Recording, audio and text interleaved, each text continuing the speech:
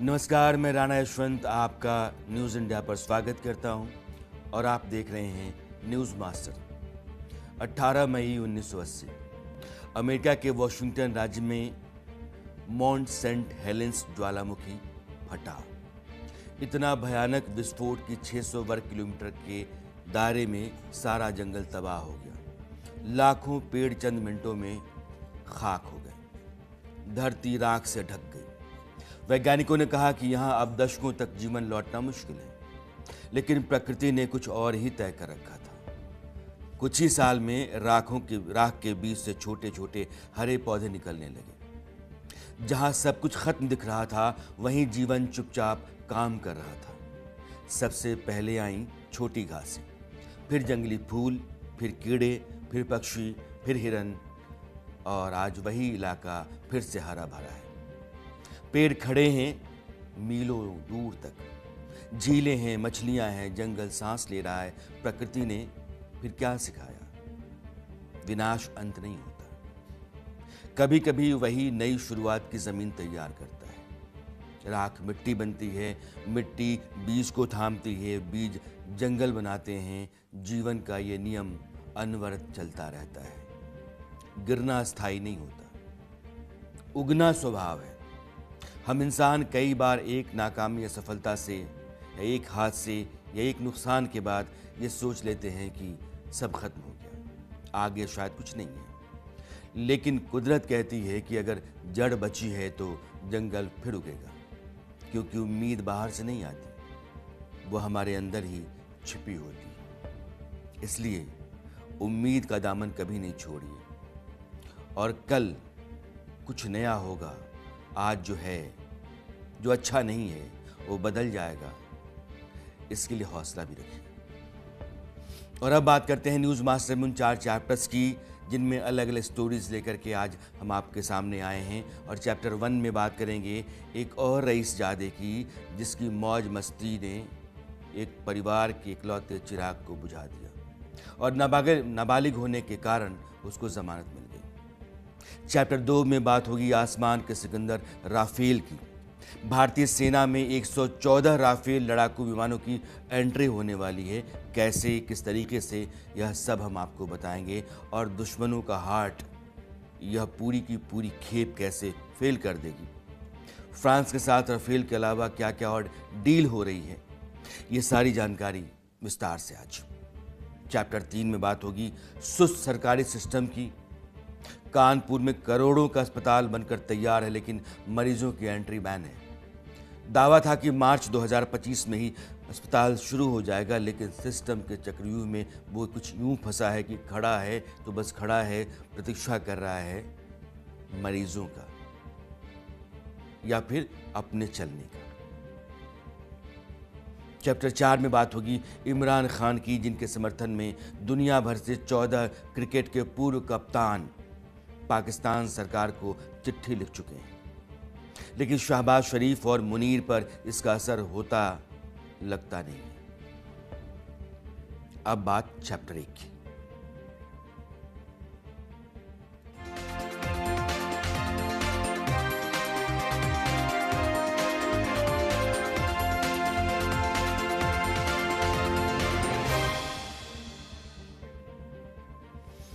देश की राजधानी दिल्ली में एक ऐसा मामला सामने आया है जिसने आम और खास जो भी हैं उनकी जान की कीमत बता दी। मामला दिल्ली के द्वारका का है। एक तेज रफ्तार गाड़ी ने सिर्फ फन रील्स बनाने के चक्कर में एक साधारण परिवार के इकलौते चिराग को, इकलौती औलाद को उड़ा दिया। उसकी जान चली गई।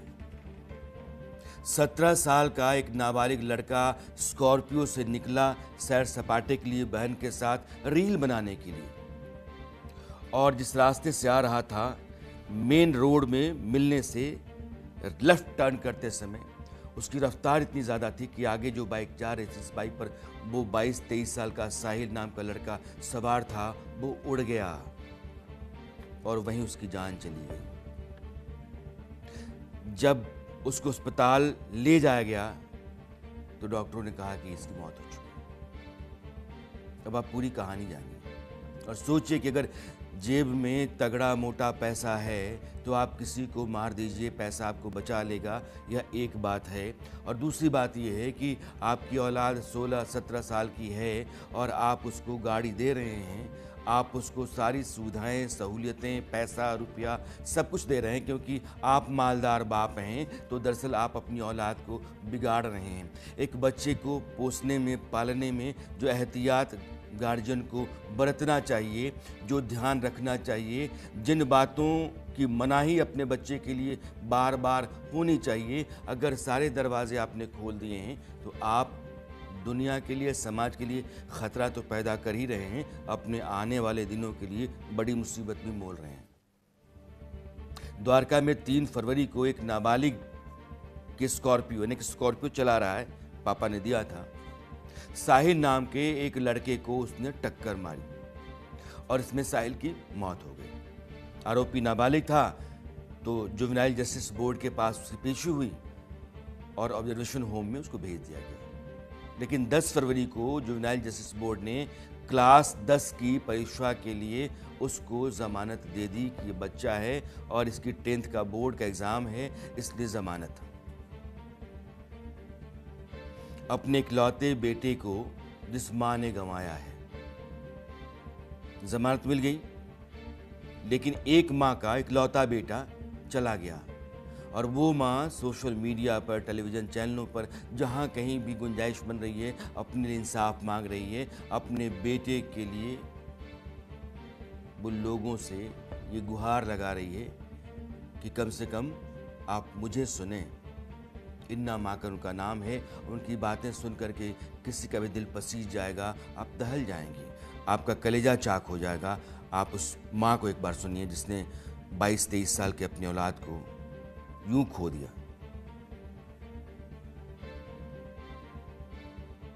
साहिल दिनेशरा की मदर, सिंगल पेरेंट। मैंने अपने बच्चे को 23 साल से एज ए सिंगल मदर पाला है और एक रईसजादे की स्कॉर्पियो जो कि स्पीड की रील और स्टंट मारने के लिए अपने घर से गाड़ी लेके निकले थे, अनलाइसेंस्ड। उस लड़के को गाड़ी चलानी भी नहीं आती। He was unlicensed driver. उसने 3 फरवरी को मेरे मासूम बच्चे को अपनी गाड़ी से ऑन द स्पॉट उड़ा दिया। वो मेरे बच्चे को उड़ा दिया उसने। I am a helpless mother alone. I request all media and people of Dwarka to come forward to help me, please. I request, I beg as a mother, please save your children. Please save your children and help me also. Please come forward.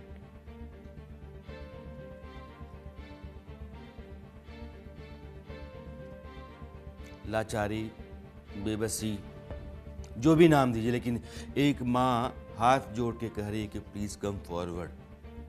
लोग आ भी जाएंगे, कुछ भी हो जाएगा, लेकिन इनकी औलाद, इनका बेटा वापस नहीं आएगा। घर में बेटे के सामान पड़े हैं, उसकी यादें हैं, उसके सपने हैं और खाली दीवारें इकलौती माँ है। 23 साल तक एक माँ ने अपनी औलाद के लिए जो सपने बुने, उसको देख देख करके अपने आने वाले दिनों के लिए वो कई तरह की उम्मीदें पाले बैठी होगी। सब कुछ एक बार में ही ख़त्म हो जाता है। क्या गुजरी होगी इस माँ पर, इसका अंदाज़ा शायद हर माँ लगा सकती है और हर इंसान को भी लगाना चाहिए। इन्होंने न्यूज़ इंडिया से भी अपील की और मैं आपको आगे दिखाऊंगा। लेकिन पहले हादसे वाले दिन यानी कि 3 फरवरी को मौके पर क्या स्थिति थी वो मैं आपको बताना चाहता हूं कि दिल्ली की सड़कों पर 3 फरवरी 2026 की सुबह सब कुछ सामान्य चल रहा था, लेकिन 11:57 पर एक फ़ोन कॉल ने माहौल बदला। पीसीआर के जरिए खबर मिलती है कि द्वारका के लाल बहादुर शास्त्री कॉलेज के पास एक भयानक सड़क हादसा हुआ है और पुलिस जब मौके पर पहुंची तो वहां का दृश्य एक डरावना चेहरा लिए हुए था।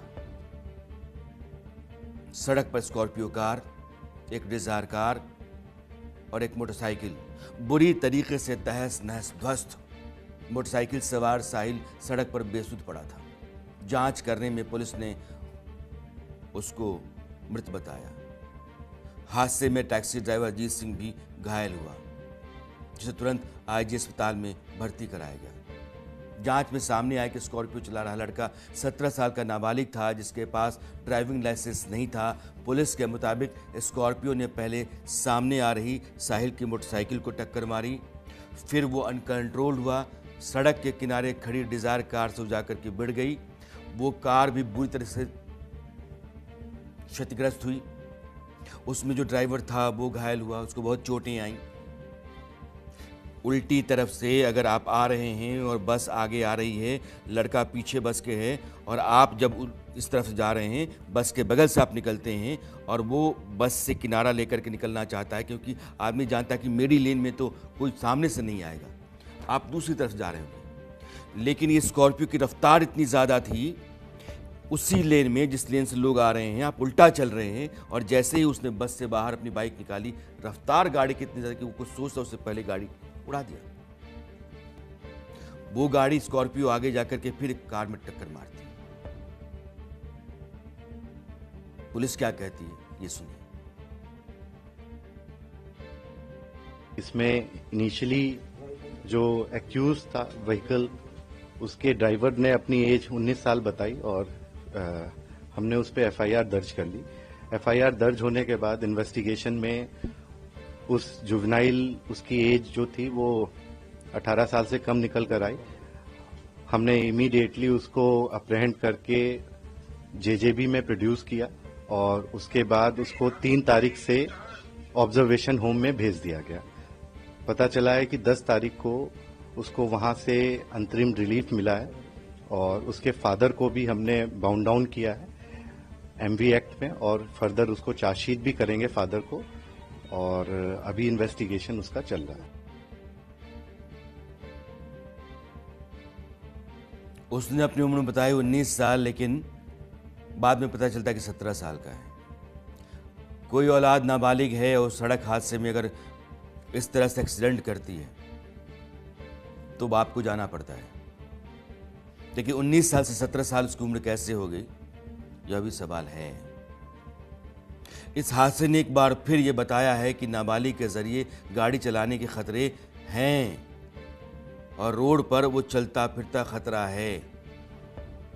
इसलिए हम पूछ रहे हैं कि नाबालिग को कोई माँ बाप गाड़ी क्यों देता है, और रील बनाने के चक्कर में आप रोड पर बाइक वाले स्टंट करते चलते हैं, गाड़ी वाले स्टंट करते चलते हैं। आप देखते हैं कई जगहों पर नदी के किनारे ऊंची जगहों पर लोग रील बनाने के चक्कर में चढ़ जाते हैं, खड़ा हो जाते हैं, उसके बाद वहां से गिर जाते हैं, उनकी जान चली जाती है और इस तरह के हादसे दर हादसे आते हैं। लेकिन ये लोग जो रील बनाने के चक्कर में गाड़ी से चलते हैं, वो दूसरों की जान ले लेते हैं।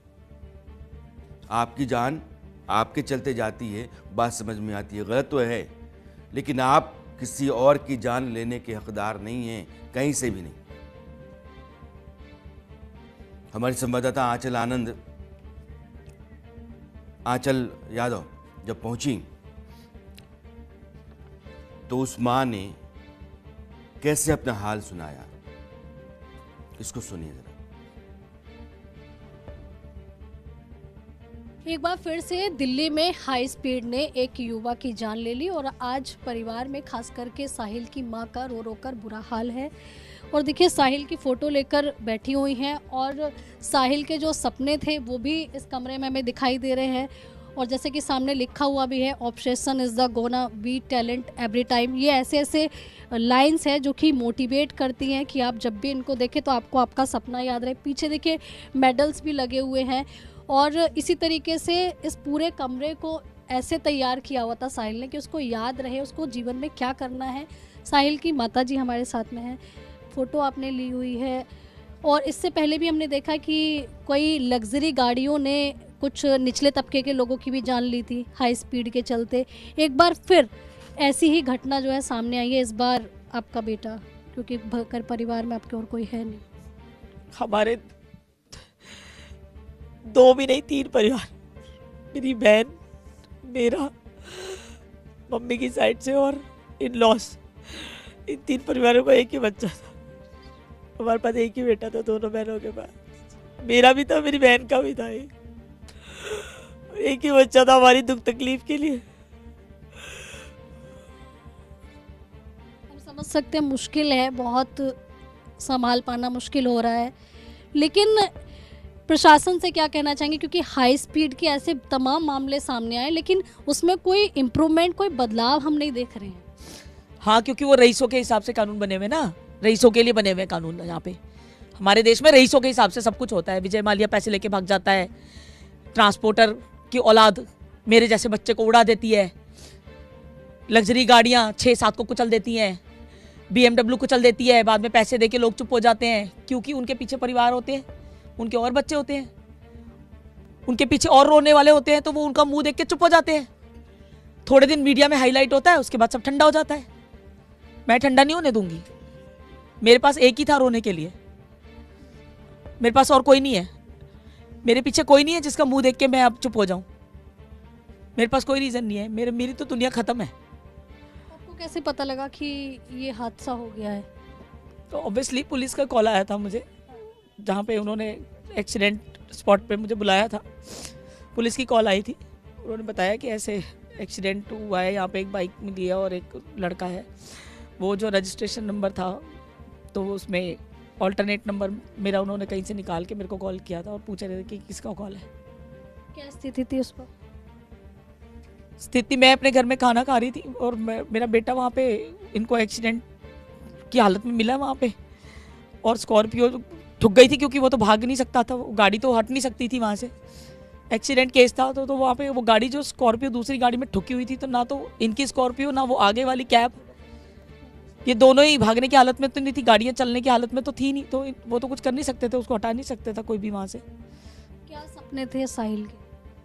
मैंने आपको सारे सपने दिखा दिए, उसके ड्रीम होम, उसका कमरा बता रहा है, सब कुछ आप देख लीजिए, यहाँ पे सब कुछ है। अपने लिए अपने गोल सेट, अपने लिए मोटिवेशन उस बच्चे ने सेट कर रखे थे, और बाकी जो भी अपने थॉट्स थे मेरे लिए, मेरे को बोलता था मम्मी मैं आपको सोने के सिंहासन पे बिठाऊंगा।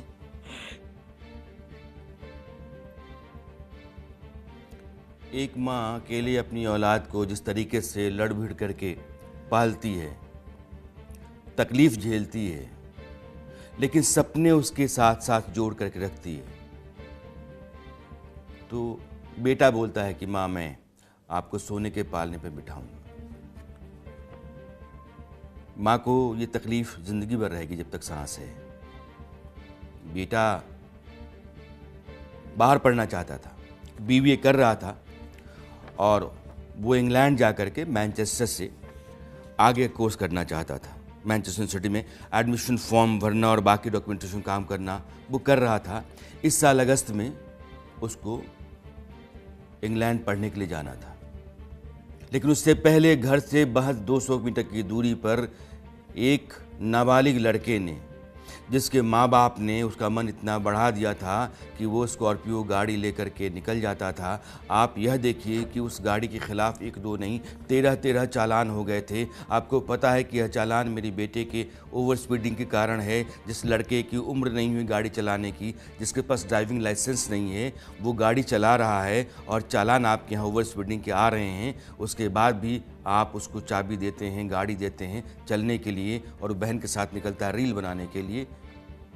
आपका तो कुछ नहीं गया, लेकिन माँ ने अपनी औलाद खो दी, और उस तकलीफ से हर आदमी को दर्द है। उस बच्चे के दोस्त क्या कह रहे हैं उसके सपने के बारे में, यह भी सुनिए आप।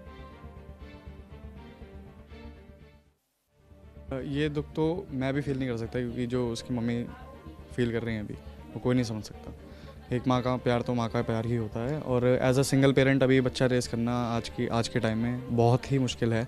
ये चीज़ साहिल को भी पता थी, इसलिए वो इंडिया से बाहर जाना चाहता था। मेन उसका एम यही था कि मैं अपना बिज़नेस करूँ कोई बड़ा, क्योंकि वो BBA परस्यू कर ही रहा था, ठीक है, और उसमें मेरे को इतना पैसा हो जाए कि मैं अपनी मम्मी को बैठा के खिलाऊं, क्योंकि उसकी मम्मी भी बहुत काम करती थी, और जो चीज़ उसको अच्छी नहीं लगती थी कि मेरे होते हुए मेरी मम्मी काम कर रही है, ये बात है सर।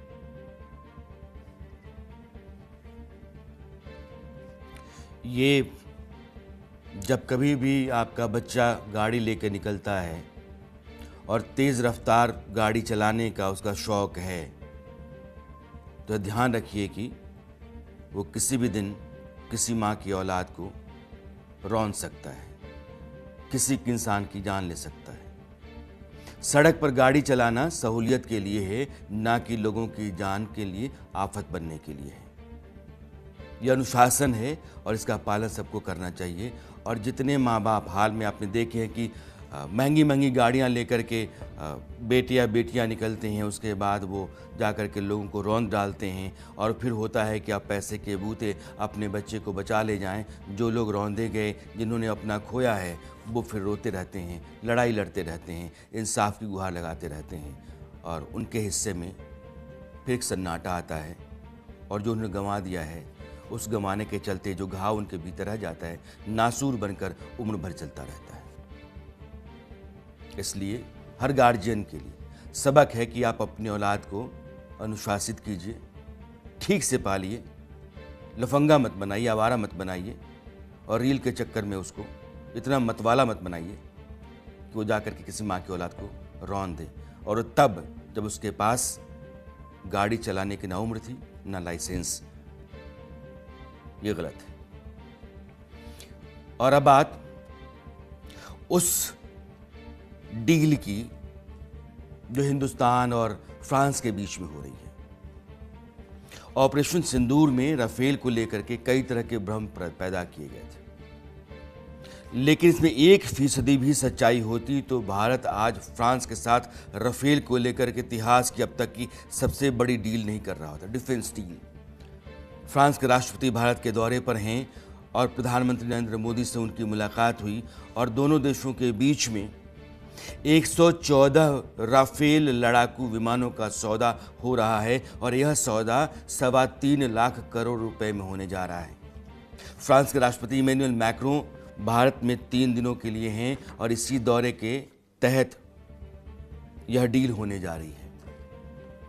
भारतीय वायुसेना के पास 36 F3 राफेल हैं, यानी कि राफेल का जो 3rd वर्जन है, और 3rd वर्जन 4.5 जनरेशन का होता है। 5th जनरेशन अभी जो लेटेस्ट फाइटर जेट्स हैं दुनिया में, वो 5th जनरेशन के फाइटर जेट्स हैं और चीन दावा करता है कि उसने 6th जनरेशन का भी फाइटर जेट बना लिया है। लेकिन भारत के पास राफेल 4.5 जनरेशन का फाइटर जेट है, तेजस भी 4.5 जनरेशन का फाइटर जेट है और इसमें स्टिल्थ क्षमता होती है, यानी कि ये रडार को चकमा देने में माहिर है।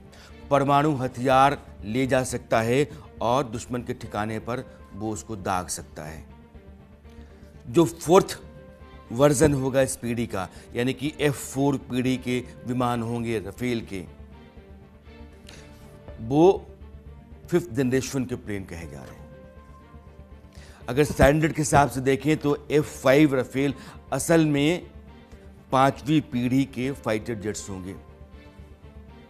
5th जनरेशन के फाइटर जेट्स में जो खूबियां हैं, जो मारक क्षमता है, जो ताकत उसकी है, दुश्मन के लिए जितना खतरनाक होता है, उतनी ही ताकत और उन्हीं खतरों के साथ 5th जनरेशन यानी कि F5 राफेल का वर्जन हिंदुस्तान खरीदेगा या बनाएगा हिंदुस्तान के भीतर। उस पर मैं आता हूं। और इस तरह के से सबसे बेहतर विमान भारतीय वायुसेना के पास होंगे, आप ये मान सकते हैं। जो 4th वर्जन है, जिसको F4 कहते हैं राफेल का, उसकी सप्लाई 28-29 यानी कि 2028-29 से शुरू होगी और 2030 के बाद जो राफेल विमान आएंगे वो 5th वर्जन होंगे, F5 श्रेणी के राफेल होंगे। 114 राफेल डील में 18 तैयार मिलेंगे, बाकी जो 96 हैं उनको भारत में बनाया जाएगा। यानी कि 10 जो कंपनी है फ्रांस की राफेल बनाने वाली, वो भारत में एक कंपनी के साथ डील करेगी और दोनों ज्वाइंट वेंचर में भारत के भीतर वो 96 फाइटर जेट्स बनाएंगे। उनके कल पुर्जे भी हिंदुस्तान में ही बनेंगे। भारत का यह अब तक का सबसे बड़ा रक्षा सौदा है। अब मैं आपको राफेल के 3 वर्जन की जानकारी वॉल पे देता हूं, F3, F4, F5, यानी कि version 3rd, version 4th, version 5th।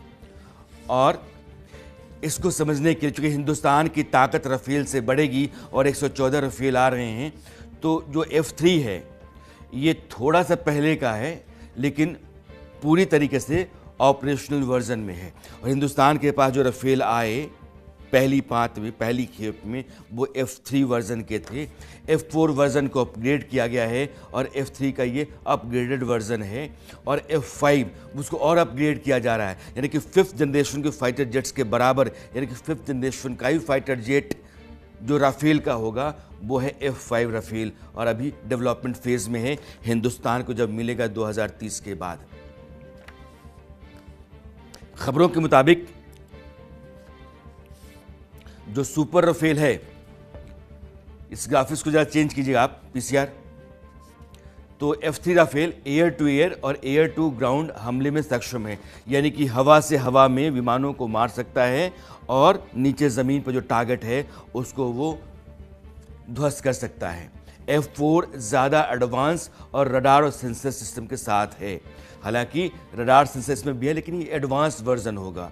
और जो F5 वर्जन है वो नई पीढ़ी की मिसाइलें और बेहतर स्टील्थ क्षमता के साथ है, यानी कि दुश्मन को चकमा देने में ज़्यादा माहिर होगा और न्यूक्लियर मिशन भी कर सकता है, यानी कि न्यूक्लियर वॉरहेड लेकर के जा सकता है, परमाणु बम गिरा सकता है। F4 दुश्मन के रडार मिसाइल से बेहतर सुरक्षा, यानी कि जिस इलाके में दुश्मन के हम जा रहे हैं, अगर उसके रडार हैं, उनकी मिसाइलें हैं जो हमारे फाइटर जेट को टारगेट कर सकती हैं, गिरा सकती हैं, उन सब को भेजते हुए, चकमा देते हुए और अपने टारगेट को हिट कर सकता है और वो कहर बरपा सकता है, कोहराम मचा देगा दुश्मन के इलाके में। और F5 जो 2030 के बाद हिंदुस्तान के पास आएगा राफेल का, वो 5th वर्जन, वो AI और ड्रोन के साथ काम करने की क्षमता रखता है। और AI वर्जन का मतलब है कि उसके पास एक साथ में बहुत सारी सुविधाएं, बहुत सारा कंट्रोल, कमांड और एक साथ में कई सारे टारगेट्स पर हिट करने की और बेहतर ताकत होगी, तो वो F5 होगा। और अगला ग्राफिक कहता है कि ये AESA रडार और आधुनिक मिसाइल सपोर्ट इसको मिलता है। F4 यानी कि जो 4th वर्जन है इसका, दूसरे फाइटर जेट ड्रोन से सीधा डेटा शेयर करने में सक्षम है, यानी कि साथ में फाइटर जेट चल रहा है और हमारा तो दोनों फाइटर जेट्स या 3rd फाइटर जेट या कोई ड्रोन हमारा है, हमारी एयरफोर्स का, उसके साथ डेटा शेयर कर रहा है। तो ये उड़ते समय, दुश्मन के इलाके में जाते समय, टारगेट को हिट करते समय, जब चल रहा ऑपरेशन पर, उस ऑपरेशनल मोड में भी ये डेटा शेयरिंग कर सकता है। और जो 5th वर्जन होगा, रेडिएशन का मुकाबला करने की शक्ति होगी, यानी कि रेडिएशन के जरिए भी जो असर विमानों पर पड़ता है, उन असर से यह फारिग रहेगा, मुक्त रहेगा। खबरों के मुताबिक सुपर राफेल अमेरिका के F-35 और रूस के सुखोई 57 से अगली पीढ़ी का फाइटर जेट होगा। फिर मैं दोहराता हूं, F-35 और सुखोई 57 इन दोनों से बेहतर होगा। F-35 और सुखोई 57 ये दोनों 5th जनरेशन के फाइटर जेट्स हैं। इस सौदे के तहत 88 राफेल सिंगल सीटर और 26 डबल सीटर होंगे, यानी कि भारत एक बहुत बड़ा सौदा कर रहा है। अब आपको बड़ी वॉल पे राफेल को ताकत देने वाले 5 हथियारों के बारे में मैं बताना चाहता हूं। और ये स्कैल्प मिसाइल ये हिंदुस्तान खरीद रहा है फ्रांस से। स्कैल्प मिसाइल राफेल जो फाइटर जेट हैं उनके ऊपर इसको लोड किया जाता है और भारत 400 स्कैल्प मिसाइल इसी डील के तहत खरीदने जा रहा है। मेट्योर मिसाइल यह भी दुश्मन के ठिकानों पर कहर बरपाने के लिए है और यह भी फ्रांस बनाता है। लंबी दूरी तक हवा से हवा में मार करने वाली मिसाइल, ये सारे हथियार हिंदुस्तान फ्रांस से ले रहा है राफेल के साथ साथ। लेज़र गाइडेड बम, 500 से 2000 पाउंड के बम जो लेज़र के बूते सटीक हमला कर सकेंगे, तो वो बम भी हिंदुस्तान ले रहा है। और इसके साथ साथ एक कंपनी है फ्रांस की, नॉन गाइडेड क्लासिकल बम, यह भी हिंदुस्तान इस डील में खरीद रहा है और ज़मीन पर बमबारी करने वाले बम। तो तमाम तरह के जो बम हैं उनकी खरीद भी फ्रांस के साथ इन्हीं सारे डील्स में चल रही है। अब ये हैमर है और हैमर बम है, राफेल पर इसको लोड किया जाता है, जीपीएस कंट्रोल्ड बम होता है और इस हैमर बम से बड़ी तबाही मचाई जा सकती है। हवा से ज़मीन पर मार करने वाला स्मार्ट बम जो जीपीएस से सटीक हमला करे, ये वो बम है और यह भी फ्रांस से हिंदुस्तान ले रहा है। फ्रांस के राष्ट्रपति इमैनुअल मैक्रों के साथ जो ज्वाइंट प्रेस कॉन्फ्रेंस प्रधानमंत्री नरेंद्र मोदी की हुई, उसमें मैक्रों ने कहा कि फ्रांस भारत के सबसे पुराने स्ट्रैटेजिक पार्टनर में से एक है और पीएम मोदी ने H-125 हेलीकॉप्टर के बारे में बात करते हुए कहा कि हमें गर्व है कि भारत और फ्रांस मिलकर माउंट एवरेस्ट की ऊंचाई तक उड़ान भरने वाला विश्व का पहला हेलीकॉप्टर भारत में बनाएंगे।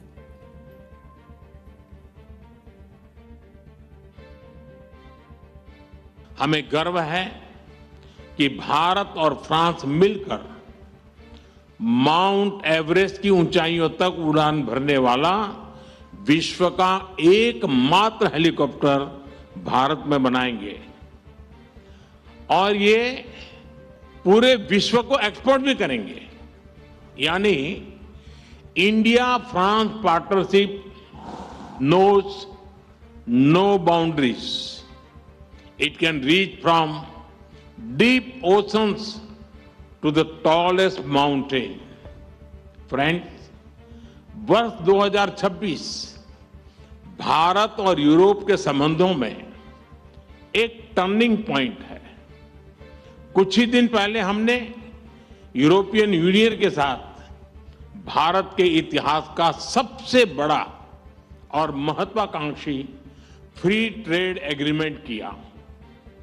यह फ्री ट्रेड एग्रीमेंट भारत और फ्रांस संबंधों में भी अभूतपूर्व गति लाएगा। आपसी निवेश को बढ़ावा देने के लिए आज हम एग्रीमेंट कर रहे हैं जिससे हमारे लोगों और हमारी कंपनीज को डबल टैक्स न देना पड़े।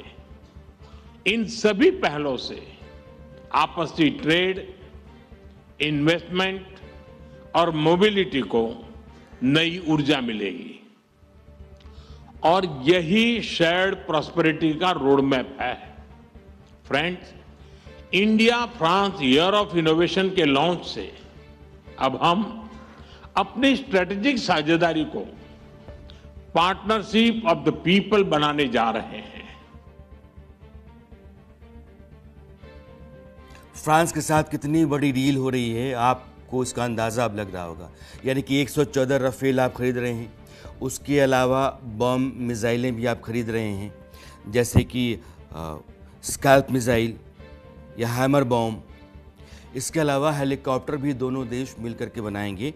अब इसको ज़रा यहाँ बोर्ड पे समझ लीजिए ताकि आपको अंदाज़ा हो कि अगर हम 3.25 लाख करोड़ की डील कर रहे हैं तो वो डील क्या है। ये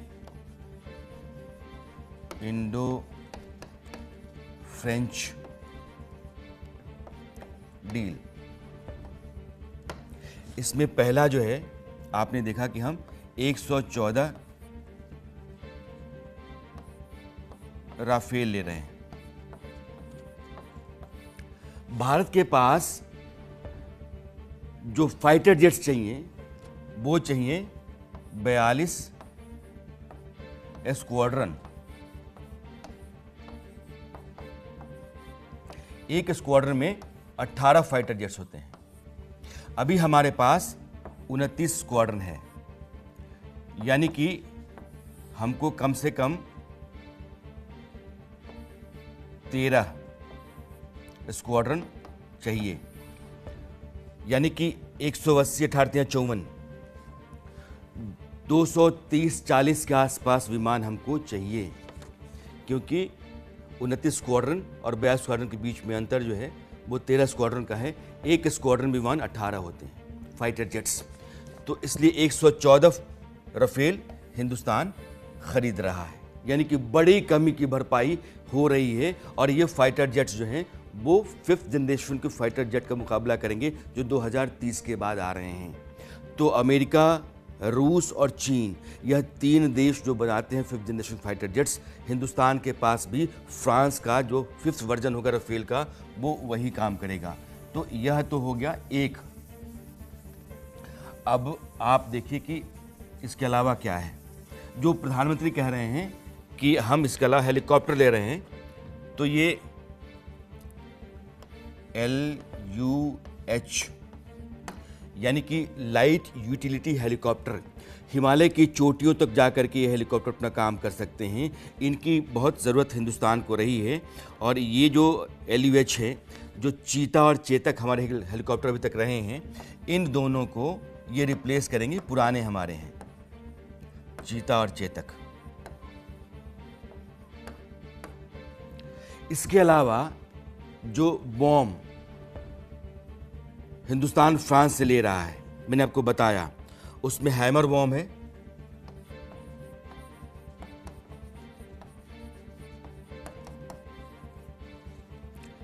और मिसाइल जो है स्कैल्प है।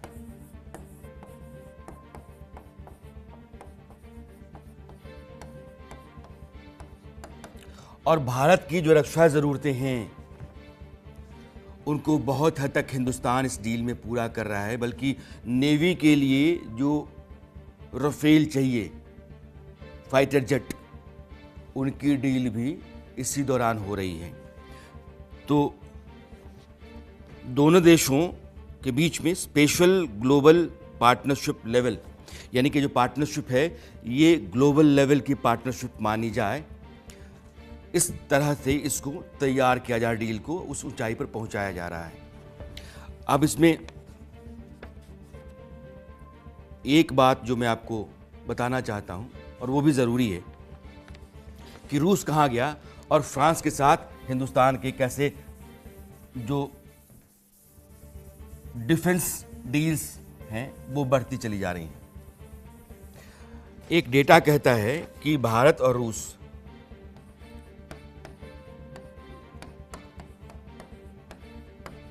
इन दोनों के बीच में 2010-14 तक, 2010 से 14 के बीच में भारत के पास जो भी रक्षा जरूरत थी, यानी कि हथियार, फाइटर जेट्स, बाकी आर्म्स एम्युनिशंस, लगभग 72% रशियन था। अब आज की तारीख में वो घट करके आ गया है 38% पर। और यह जो ग्रोथ है वो फ्रांस के पास है। और फ्रांस, अब हिंदुस्तान फ्रांस से साजो सामान ले रहा है वो 28% है। यानी कि रूस के साथ हमारे जो रक्षा समझौते हैं या डिफेंस डील्स हैं वो धीरे धीरे नीचे आ रही हैं और फ्रांस के साथ वो ऊपर जा रही हैं। जाहिर तौर पर फ्रांस एक ग्लोबली रिनाउंड कंट्री है आर्म्स एम्युनिशंस और फाइटर जेट्स बनाने में। और इसके साथ साथ अब इसके अलावा भारत और क्या क्या खरीदेगा यह भी मैं आपको बताना चाहता हूं। Combat missile, high altitude pseudo satellite, anti tank mines, armoured recovery vehicle, T-72 tanks, infantry combat vehicle, 4 megawatt marine gas turbine, electric power generator, समुद्री टोही विमान। तो हिंदुस्तान की सेना, नेवी, एयरफोर्स, आर्मी, उसको जितनी भी ज़रूरत है सरकार लगातार उस पर काम कर रही है। यानी कि हिंदुस्तान की मौजूदा सरकार को इस बात का अंदाज़ा है कि चीन और पाकिस्तान और अब बांग्लादेश, तीनों तरफ से जो खतरे हैं, अगर कोई भी मोर्चा खुलता है तो हिंदुस्तान की फ़ौज इतनी ताकतवर है कि तीनों मोर्चों पर वो लड़ सके। उसकी खातिर जो ज़रूरी फाइटर जेट्स हैं, गोला बारूद, मिसाइल, यह सब कुछ हिंदुस्तान के पास रहे। और कानपुर में वहाँ जाने से पहले एक और बात आपको बताना ज़रूरी है कि फ्रांस जो है वो हिंदुस्तान से पिनाका खरीदेगा। पिनाका क्या है? रॉकेट सिस्टम है हिंदुस्तान का। यह जानना बहुत ज़रूरी है। हम सिर्फ खरीद नहीं रहे हैं, हम फ्रांस जैसे देश को अपना रॉकेट सिस्टम बेच रहे हैं। पिनाका,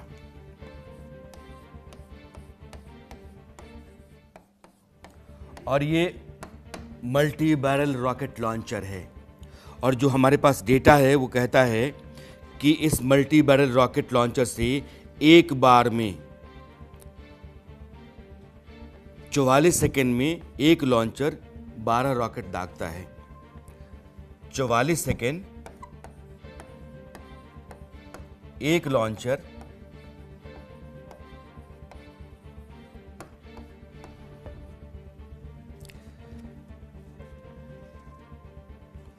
12 रॉकेट दागता है। और पूरी बैटरी में 6 लॉन्चर होते हैं, यानी कि 72 रॉकेट 40 मिनट के भीतर दाग सकता है। और पिनाका को दुनिया के जो 5 बेहतरीन रॉकेट लॉन्चर्स हैं उनमें गिना जाता है।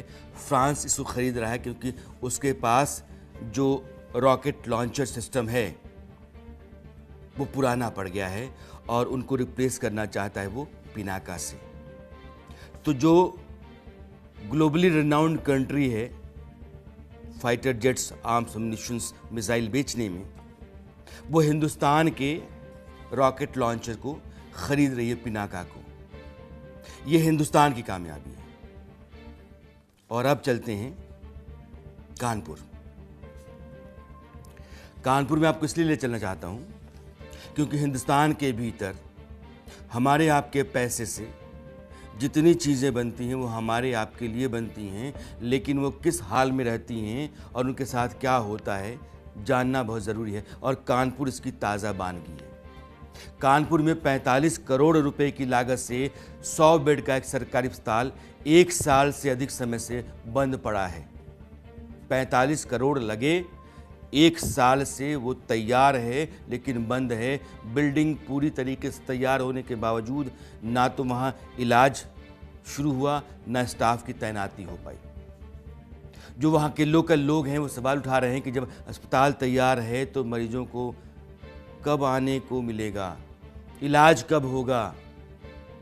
और अगर ये सब कुछ खड़ा है और जिसके लिए खड़ा है अगर वो कुछ नहीं हो रहा है, इलाज नहीं है, डॉक्टर नहीं है, मरीज आ नहीं सकते हैं, तो ये जवाबदेही, जिम्मेदारी किसकी है?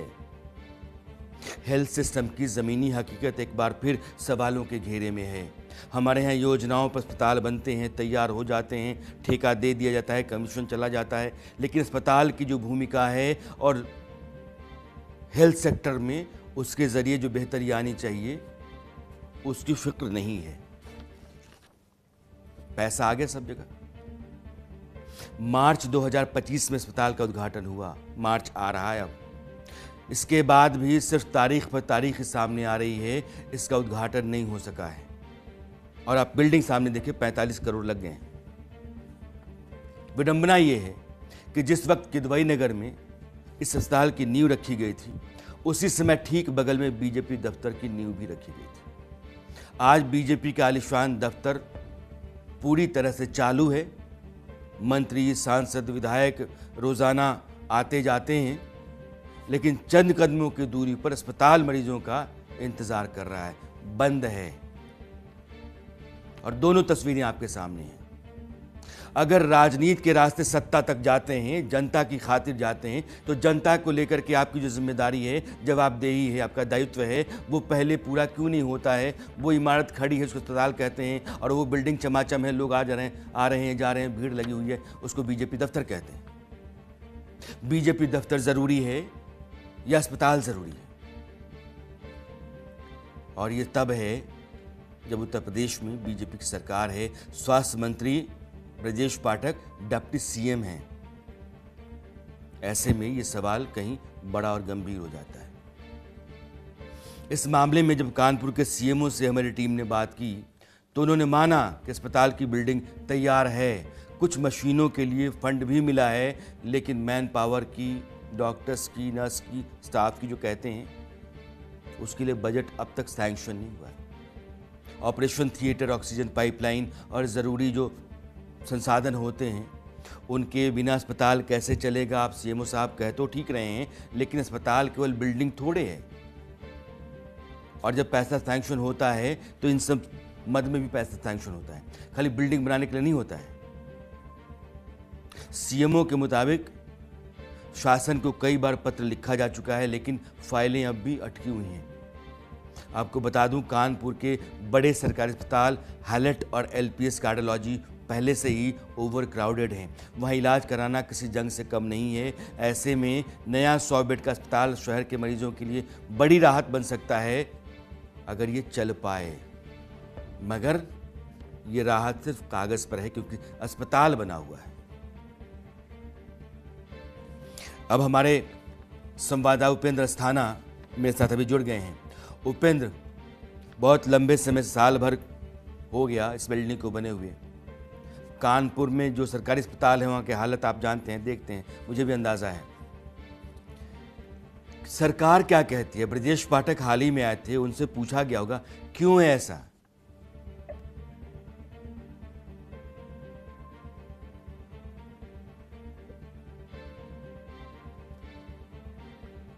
उपेंद्र, आपको मेरी आवाज आई क्या? सर जी सर, आपने जिस तरीके से बात की है, जो 100 बेड का सरकारी अस्पताल जो है, ये कहीं ना कहीं एक राजनीति का शिकार भी होता जा रहा है। क्योंकि अगर बात की जाए तो भारतीय जनता पार्टी कार्यालय जो है जिस सरकारी अस्पताल से केवल 100 मीटर की दूरी पे है, पर कहीं ना कहीं अगर बात की, इससे पहले पूर्व में यहाँ पे कई डिप्टी सीएम या स्वास्थ्य मंत्री जो बात करें ब्रजेश पाठक हो या केशव प्रसाद मौर्य हो, या लगातार अगर बात करें कानपुर के जो सांसद है रमेश अवस्थी जो है, वो कई बार इस अस्पताल का दौरा कर चुके हैं। अभी 3 माह पूर्व जो इसका अस्पताल का दौरा हुआ था, इसमें कई बड़े अधिकारी थे, कई बड़े मंत्री थे। पर वही कहीं ना कहीं अगर बात की है, जो कानपुर जो सीएमओ है, उनका साफ कहना है कि जल्द से जल्द जो है अस्पताल चालू किया जाएगा। पर कहीं ना कहीं अगर बात की तो मार्च 2025 से जिस तरीके से मार्च 2026 हो गया है, कहीं ना कहीं एक साल इस अस्पताल को जो लेकर के, क्योंकि अगर बात करें तो दक्षिण का सबसे 20 लाख की आबादी जो है इसी अस्पताल से जो इलाज करेगी। क्योंकि कानपुर जो हाईलाइट अस्पताल हो या मानवर काशीराम अस्पताल हो, उसको कानपुर दक्षिण क्षेत्र से जो है काफी दूर पड़ता है। और इसको लेकर अगर बात करिए तो इसको जिस टाइप इसका डेवलपमेंट किया गया था। ठीक है, उपेंद्र कह रहे हैं कि दरअसल यहाँ सांसद हों या पहले के स्वास्थ्य मंत्री या आज के स्वास्थ्य मंत्री उप मुख्यमंत्री, फर्क नहीं पड़ता है। बगल में बीजेपी दफ्तर में आना जाना होता है, लेकिन 45 करोड़ की बिल्डिंग जो लोगों की इलाज के लिए तैयार की गई, वहाँ इलाज का इंतज़ाम नहीं है, बंद पड़ी है और वो अपने इस्तेमाल के लिए बाट जो रही है। अब बात पाकिस्तान की करते हैं। पाकिस्तान के पूर्व प्रधानमंत्री इमरान खान की हालत यानी सेहत बहुत ही ख़राब है और उनकी सेहत को लेकर के दुनिया भर में चर्चाएं हैं, चिंताएं हैं। तो 14 देशों के फॉर्मर क्रिकेट कैप्टन्स ने पाकिस्तान सरकार को इस लिहाज से चिट्ठी लिखी कि 73 साल के इमरान खान हैं और अगस्त 2023 से वो जेल में हैं। उनकी हालत को लेकर के हमने जो कुछ भी सुना है, हमें चिंता है और यह चिंता सरकार को गंभीरता से लेनी चाहिए। जिन कैप्टन्स ने यह चिट्ठी भेजी है, मैं पहले आपको बताना चाहता हूं कि कौन कौन से कैप्टन्स हैं, उनके दस्तखत आपको नजर आने लेंगे। हम नीचे हस्ताक्षर करने वाले अपने अपने राष्ट्रीय क्रिकेट टीमों के जो कैप्टन्स हैं,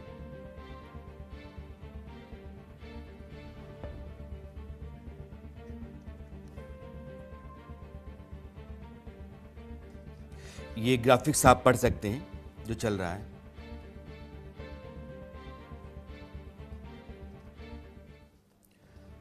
अपने राष्ट्रीय क्रिकेट टीमों के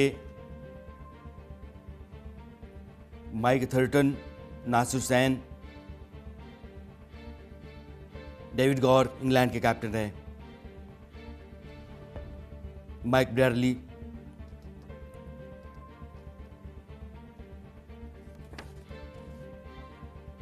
पाकिस्तान के पूर्व कप्तान इमरान खान के साथ जो कुछ भी वहाँ हो रहा है पाकिस्तान के भीतर, ये एक बड़ा सवाल है।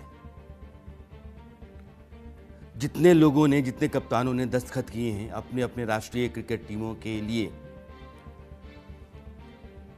उन सबों की चिंता आपके सामने है। क्लाइव लॉयड, जॉन राइट और इमरान खान के साथ सुप्रीम कोर्ट का जज कहता है पाकिस्तान का कि अच्छा नहीं हो रहा है और वहां की सरकार कहती है कि इमरान खान के साथ सलूक ठीक है, इनकी आंख ठीक है। रिपोर्ट कहती है कि आंख 85% काम नहीं कर रही है और सरकार कहती है कि सब ठीक चल रहा है। जो आदमी 1992 का वर्ल्ड कप पाकिस्तान को जिता ले गया, जिस आदमी की लीडरशिप में पाकिस्तान ने अपनी नई उम्मीदें पाली, वो वहां का वजीर आजम बना, वो आदमी पाकिस्तान की जेल में सड़ रहा है। और दुनिया के 14 क्रिकेट कप्तान अगर चिट्ठी लिख करके पाकिस्तान की सरकार से कह रहे हैं कि उनके साथ सलूक ठीक कीजिए, तो वहां जो सरकार है और सेना है उसको उस बात की चिंता नहीं है।